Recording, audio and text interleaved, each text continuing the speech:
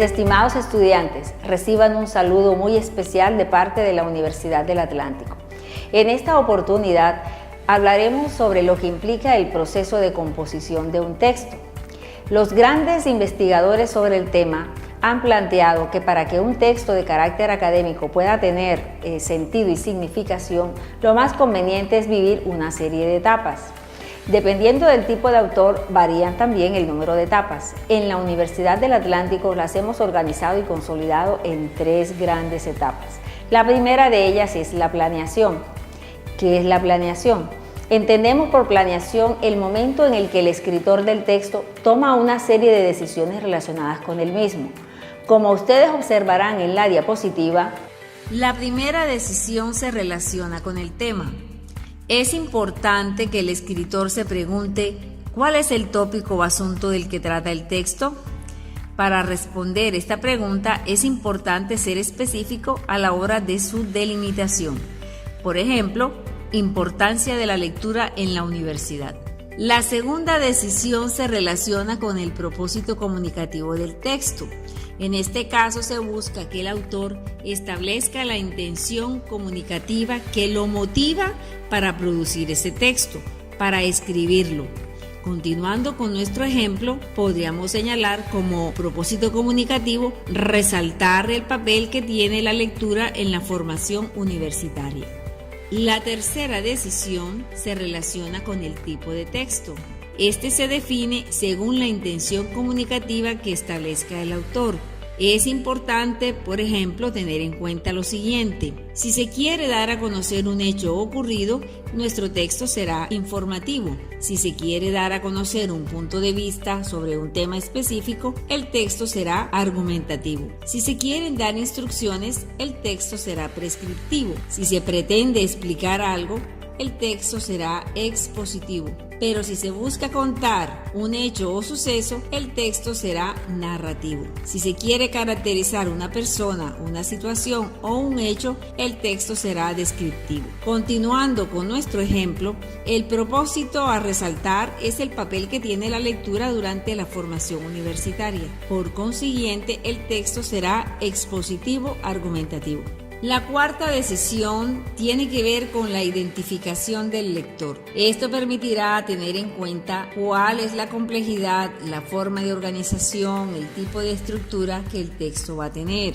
Por ejemplo, los lectores serán estudiantes universitarios. Es importante tener en cuenta, no es lo mismo escribir para niños que escribir para adultos.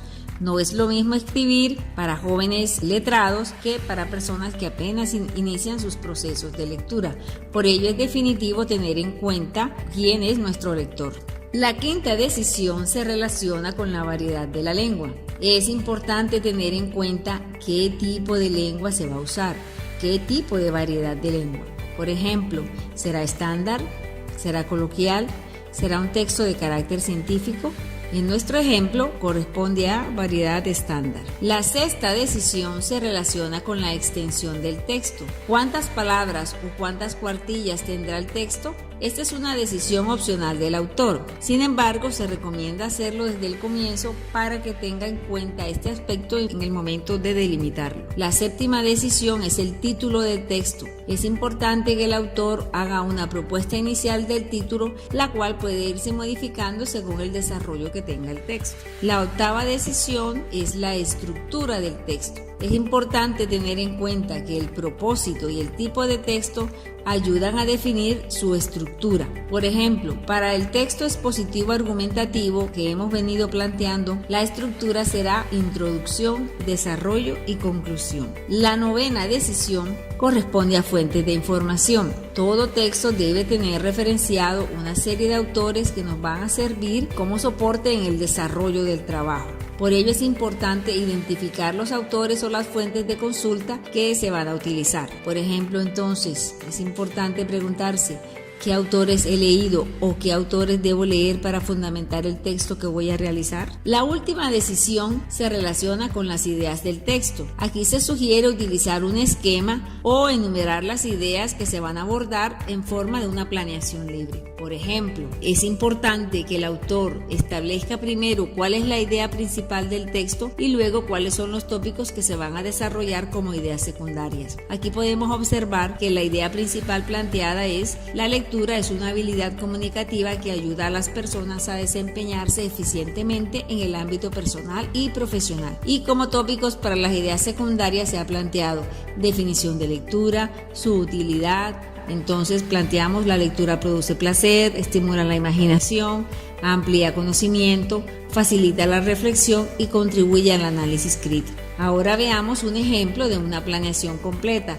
Este es un ejemplo de una planeación libre. El tema: importancia de la lectura y la escritura. El propósito comunicativo: resaltar la importancia de la lectura y la escritura en la actualidad. El tipo de texto: expositivo argumentativo. El lector: abierto a todo público. El tipo de lengua a utilizar es estándar. La extensión: 600 palabras. El título sugerido: leer y escribir nos ayuda a crecer. La estructura: introducción, desarrollo y conclusión. Fuentes de información: aquí se han referenciado 2 autores que van a servir de consulta y se han planteado en las normas APA. Y por último aparecen las ideas del texto que se van a desarrollar. Entonces, como idea principal, la lectura y la escritura son habilidades comunicativas que ayudan a cualquier persona a desempeñarse eficientemente en el ámbito personal y profesional. Y como tópicos para las ideas secundarias: una definición de lectura, una definición de escritura, la utilidad que estas 2 habilidades representan. La lectura produce placer, estimula la imaginación, amplía conocimiento, facilita la reflexión y contribuye al análisis crítico. Y en el caso de la escritura, ayuda a reconstruir lo que hacemos, de soporte para la investigación, ayuda a complejizar el pensamiento.